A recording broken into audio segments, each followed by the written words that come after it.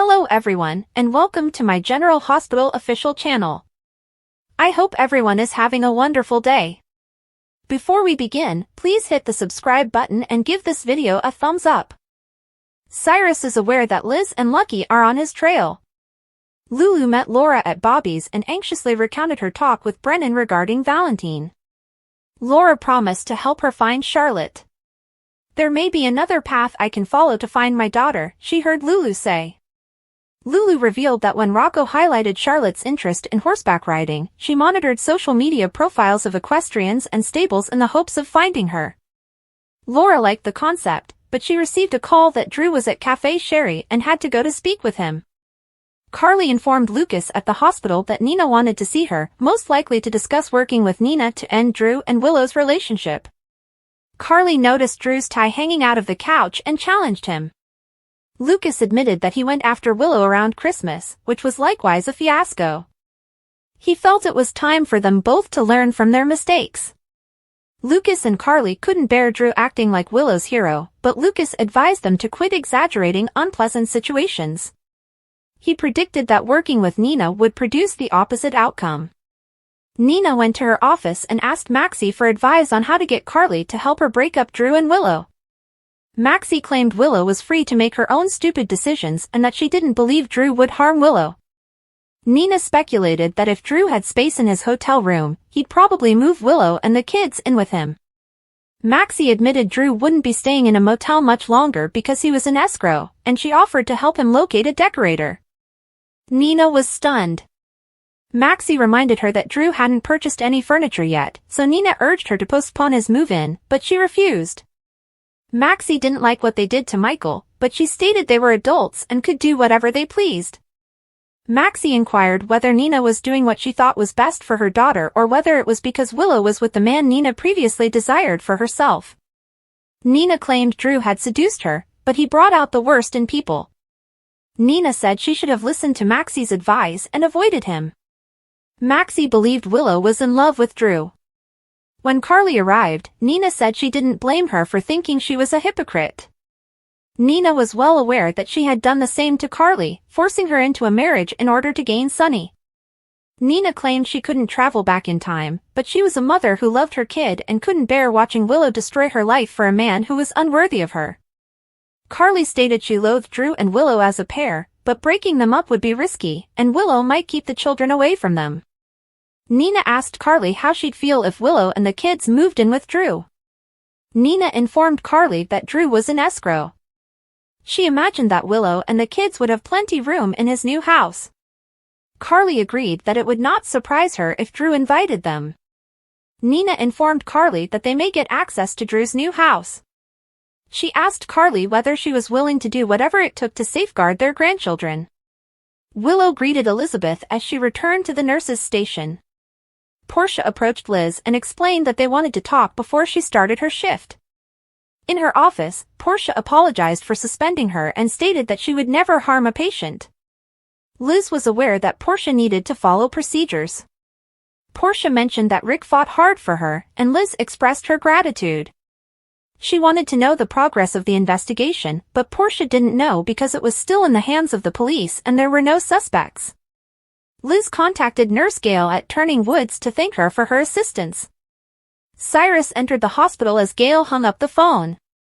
He explained he was there to see Mrs. Brown, but Gail told him he needed to speak with Director Ferner before seeing any patients. The director stepped out and thanked Cyrus for his efforts, but he had deceived himself regarding Lulu. Cyrus told him he overheard Gail chatting to Elizabeth and wondered whether she had impacted his decision.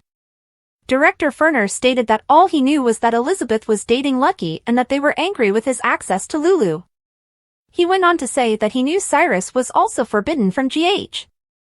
Cyrus became agitated and demanded to know who was spreading lies about him. He asked whether it was Liz. "Those patients need me. I refuse to abandon them," Cyrus rants. Ferner informed him that Turning Woods was a private hospital and he could not enter. In Los Angeles, Sonny and Natalia awaited his appointment. Sonny stated he hoped his condition was not critical and that he wanted to find out who planted the firebomb in his flat. Sonny simply wanted to keep his health difficulties private, otherwise his business rivals would go after his family. That can't happen, Sonny asserted. When the nurse arrived, Natalia took Sonny's hand and accompanied him to the doctor. After the consultation, Natalia wondered if Sonny wanted to discuss how the doctor told him he required a pacemaker and drugs. Sonny only wanted to know who had set the bomb. He stated that if he did not find out who was guilty, his family would be in risk. He'd focus on getting better after that. Natalia offered to accompany him when he received the pacemaker, emphasizing that the doctor advised it had to be done within the next 3 months. After they departed, a man who overheard their exchange rose from the waiting area and followed them out.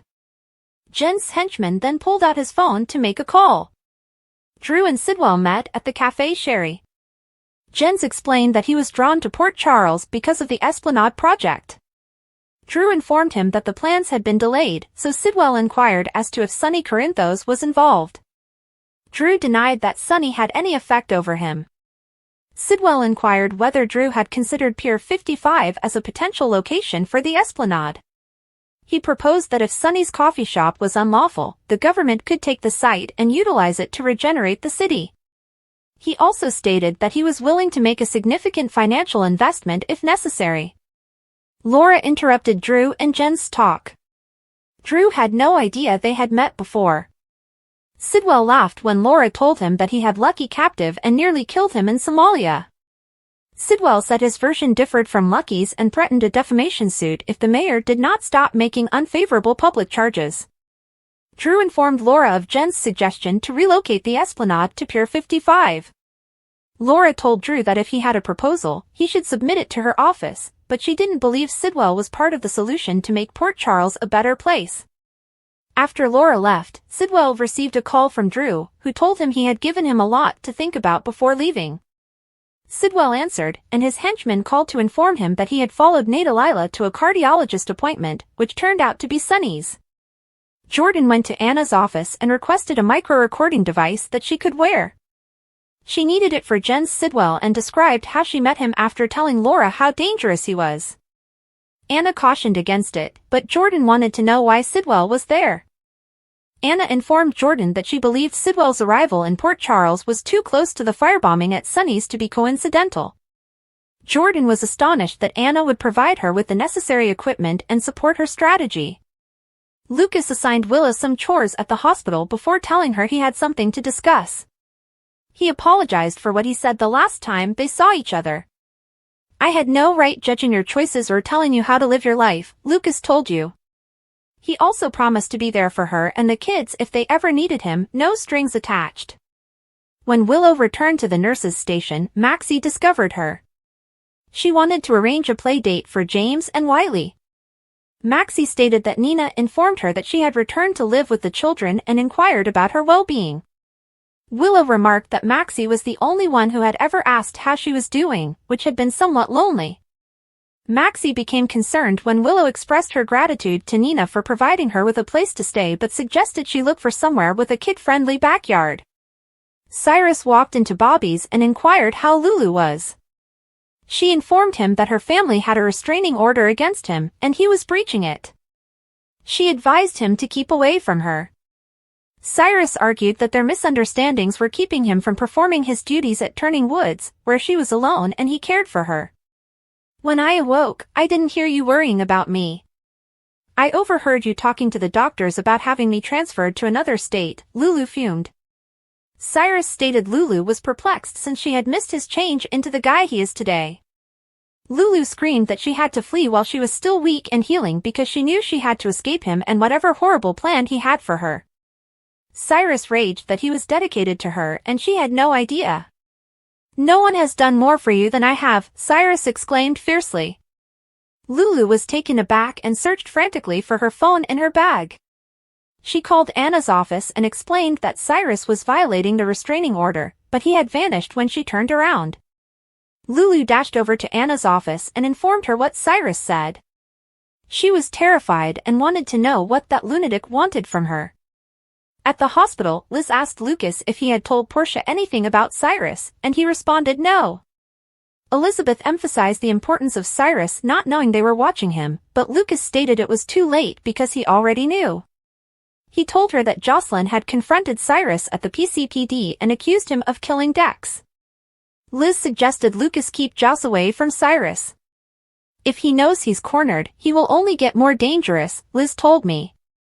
Cyrus stepped in behind them at the nurse's station and noticed they were talking. Next time at General Hospital. Christina asks Ava where she intends to travel. Jocelyn apologizes. Rick warns Elizabeth. Martin asks Willow if she truly wants a divorce. Felicia and Cody attempt to chat to Sasha. Jason wants to know why Tracy would ever believe Drew. Carly asks Nina how far she's willing to go. General Hospital spoilers, why is Jason Morgan such a bad father? According to General Hospital spoilers, he is frequently hailed as one of the town's most heroic figures. Not only that, but he has always been Sonny's loyal right-hand man. General Hospital spoilers, why is Jason Morgan such a bad father? Clearly, you can't go wrong with Jason Morgan on your side, right? That might apply to everyone, save his own family. That's because some people have pointed out that Jason isn't the best father out there, and there are various valid reasons for that. During the most recent episode of General Hospital, Alexis Davis had to inform Danny that his mother, Sam McCall, had been murdered by Cyrus Renault. You'd think Jason would have a job, but he was too busy visiting Michael Corinthos in Germany. Does he no longer have time to talk to his son about vital issues like this? Where are his priorities? Not only that, but he appears to be more interested in rearing Michael's baby with Sasha than in caring for his own family. For many General Hospital fans, this no longer makes any sense. General Hospital spoilers, what's next for Jason? It's unclear what will happen next. However, it appears that Jason will not change his habits anytime soon.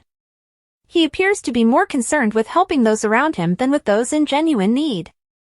Hopefully, he will see that reform is necessary before it is too late. After all, Danny needs his father more than anybody else right now, given that his mother has died. General Hospital summary for the week of February 3, 2025. The word that Jason was the father of Sasha's baby began to circulate. Curtis encouraged Kai by sharing his own disability story. Dante told Lulu how much he adored Sam. Liz and Lucky investigated which Turning Woods patients died abruptly from cardiac failure. Brooklyn chose to remain silent about the baby she had as a teenager. Carly discovered Drew's tie at Willow's and confronted him loudly at the Metro Court restaurant. He attempted to turn things around by telling her Jason had gotten Sasha pregnant. Jordan appeared to be friendly with Sidwell to gather evidence against him. Lucky played a familiar tune and persuaded Liz to dance with him. Rick told Liz she could return to work at the hospital. Drew received a verbal flogging from Sasha for openly revealing her private business. Lucky asked Rick to find out the conditions for Cyrus' parole. Sasha later chastised Cody for spreading the rumor that Jason was her baby daddy. Tracy stunned Sasha by stating that she completely backed her. Brad yelled at Cyrus to leave General Hospital. Lucas attempted to convince Carly out of dating Brennan. Jocelyn sneaked into Cyrus' room and found nothing. Willow moved in with Nina and the kids, irritating Tracy. Lois told Martin that Brooklyn is Joe's mother. Alexis, Christina, and Molly informed Danny that Sam had been slain. Rocco overheard Dante and Chase discussing how Sam was killed and informed Danny. Cyrus noticed someone had been in his room. Curtis was shocked that Portia gave Brad a second opportunity and even treated him nicely. Brennan began taking Jocelyn to Cyrus' secret refuge. Drew requested Maxie to help him design his new home. Cyrus realized out he couldn't see patients at Turning Woods. Nina asked Carly to work together to break up Willow and Drew. Anna agreed to lend Jordan some bugging equipment. Cyrus startled out Lulu by telling her that he spent time with her while she was unconscious and that no one had done anything for her as he had. Sonny realized he needed a pacemaker but first wanted to discover the bomber. An unknown man was in the room and had heard everything. He then called Sidwell to say he was following Natalia, who had gone to a cardiologist's clinic, but Sonny was the actual patient. General Hospital spoilers, Dante's sympathy for Brooklyn runs out as Lois' lies are revealed. General Hospital spoilers suggest that hearts are going to break all around the Quartermaine mansion as jaws drop to the floor upon learning that Brooklyn Quartermaine and Dante Falconeri are parents and have been dating for years. Dante has no notion a child has even been born, let alone lived with him for months. The actual kicker? Brooklyn is only partially aware of the truth. That's because Lois Cerullo appears to have devised a plan to conceal the identity of her second grandson, Giovanni Gio Palmieri, even from his mother. Dante will be furious with Brooklyn, but she may feel much more deceived by Lois. Dante was kept in the dark. Dante will struggle to reconcile his feelings with Brooklyn knowing what she has done. All these years have passed, and they've experienced some significant ups and downs. He believed she'd grown out of the dreadful person she appeared to be, and she may have, but now he'll have to confront the consequences of a decision she made for him nearly 2 decades ago. She had a choice, sort of. Brooklyn's heart is broken, too. Brooklyn may have had the privilege of knowing she was pregnant and being able to choose what to do about it, but she had no idea that her mother had abused her trust by inserting herself into the adoption process to fix it. Brooklyn has spent much of her life wondering if she had a son or a daughter, where they were, if they were safe, and if she had made the best decision for that child. Being confronted with the fact that Lois has always known the answers to those questions but has kept them hidden from her will cut like a dagger. Did Lois act alone? Is Lois really the only culpable one in this situation? Brooklyn's family, including her father, Ned Quartermaine, does not appear to know the truth. Similarly, Olivia Quartermaine may not have been Brooklyn's stepmother at the time, but she was Lois' best friend, and it appears that Lois told her nothing. That does make sense, given that Olivia is Dante's mother. She'll be outraged at her best friend, and deservedly so. However, one guy has stood out like a sore thumb since Gio arrived in town. Sonny Corinthos claimed to know Joe's adoptive mother from the neighborhood, so why did he never mention her or her son to Carly Spencer over the years he paid for Joe's education? Could it be that both of these grandparents chose to withhold the truth from their children in order to keep their grandson in their lives? How self-centered are you? How do you see this playing out for the Quartermaine Falconeri Corinthos family? Amanda Setton justifies Brooklyn's baby plot twist. A notion that General Hospital fans have been wondering about for months was finally verified on the show's February 6th episode. Brooklyn secretly gave birth to Dante's child as a teenager, and Gio is their son. While Dante is utterly unaware that he has another child, Brooklyn has no idea that the baby she gave up for adoption 21 years ago is now living in the same house as her teenage fling.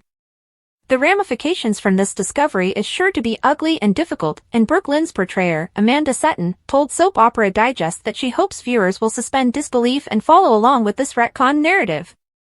"I'm really into this storyline," she said. "I believe it has the makings of an amazing web. It touches so many people and depicts so many characters on the painting. It just has such a long reach. I just believe it's a fantastic story point to bring up and adds a lot of drama." Brooklyn and Dante sleeping together at summer camp more than 2 decades ago alters the established history between these two characters. Setton said that viewers should let go of what has happened on screen in the past and join in on the current trip. "I think in Port Charles, there's always a tad of a suspension of disbelief," she told me. "There has to be just a tad." Setton revealed how she and co-star Dominic Zamprogna justified revising Dante and Brooklyn's past, which brought them closer in age than previously established in GH history. "The way Dom and I have reconciled it in our minds is that our characters are not exactly the same age. We may be 2 years apart or 3 years apart, according to the actress.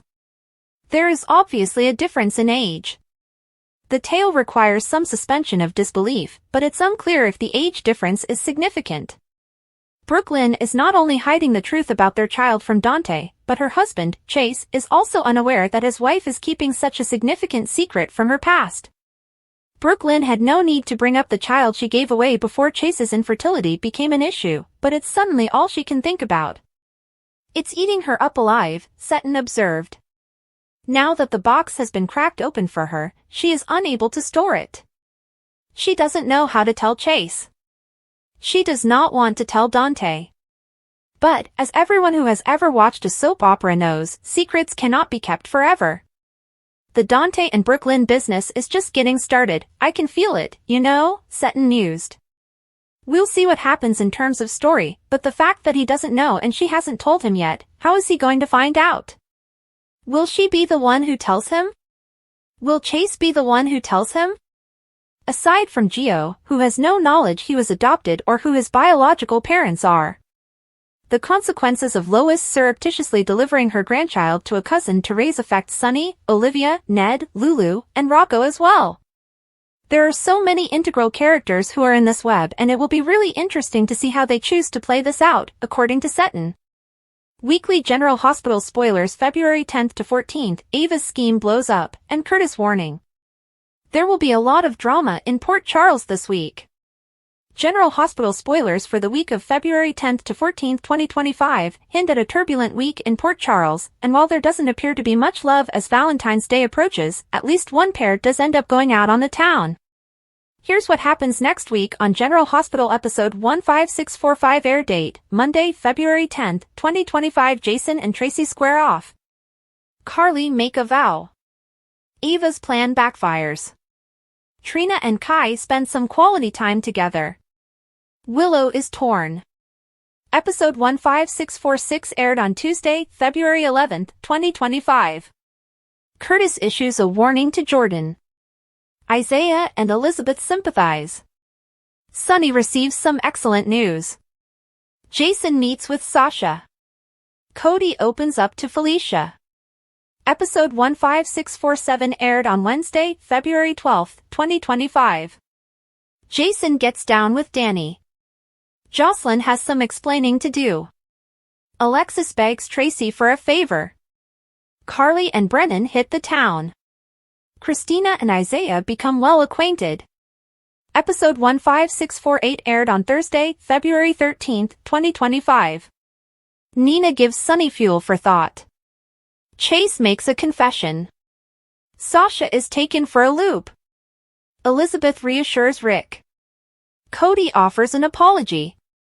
Episode 15649 aired on Friday, February 14th, 2025. Ava receives an offer. Rick nurses misgivings. Christina is incensed. Molly has an epiphany. Alexis presents her argument to Jason. General Hospital arrivals and departures, recast shocker. A recast stunner rocked General Hospital. A main man's departure has resulted in a surprising recasting on General Hospital. Here are the most recent casting changes on the ABC soap. Find out about the significant change as well as whether any popular stars from the past are returning to the program this week or soon, and whether any newbies are joining the soap in contract, recurring, or day player roles.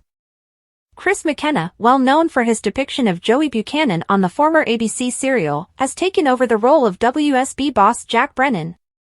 McKenna, who formerly portrayed Mark Harding on The Young and the Restless and Dr. Hayden on The Bold and the Beautiful, made his debut last week. He shared his thoughts on his new assignment here.